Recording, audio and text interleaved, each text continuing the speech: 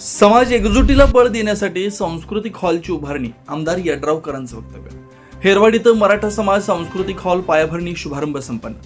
शिरोळ तालुक्यात विकास कामांची गती कायम ठेवत प्रत्येक समाजाला हक्काचं व्यासपीठ मिळावं या उद्देशानं सांस्कृतिक हॉल उभारणीचा उपक्रम हाती घेण्यात आला.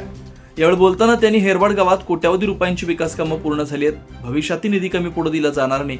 मराठा समाजाचा हा सांस्कृतिक हॉल समाज एकत्र आणणारा, विकासाला चालना देणारा ठरेल, अशी ग्वाही आमदार राजेंद्र पाटील यड्रावकर यांनी दिली.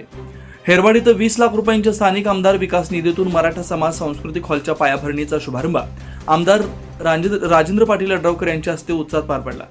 यावेळी आमदार यड्रावकर बोलत होते.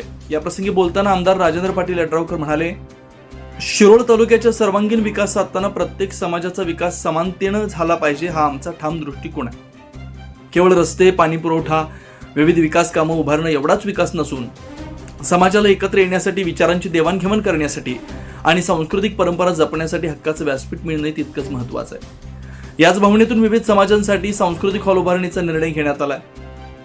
या हॉलच्या माध्यमातून सामाजिक, शैक्षणिक आणि सांस्कृतिक उपक्रमांना चालना मिळेल, समाजातील युवकांना दिशा मिळेल, महिलांना संधी निर्माण होतील आणि एकोपाची भावना अधिक दृढ होईल.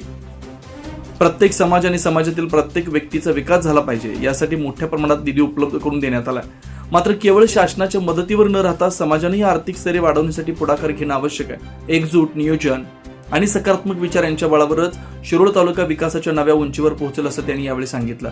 या प्रसंगी जिल्हा परिषद सदस्य श्रद्धा गायकवाड, पंचायत समिती सदस्य मिलिंद कुरणे, सरपंच रेखा जाधव, मराठा समाजाचे अध्यक्ष बंडू घोलप, सुनील माळी, माजी सरपंच सुरगोंडा पाटील, दिलीप पाटील, अविनाश गायकवाड यांच्यासह ग्रामपंचायतीचे सदस्य, गावातील पदाधिकारी, मराठा समाजाचे बांधव मोठ्या संख्येने उपस्थित होते. प्रास्ताविक ग्रामपंचायत सदस्य भरत पवार यांनी केलं. आभार म्हस्के यांनी मानले.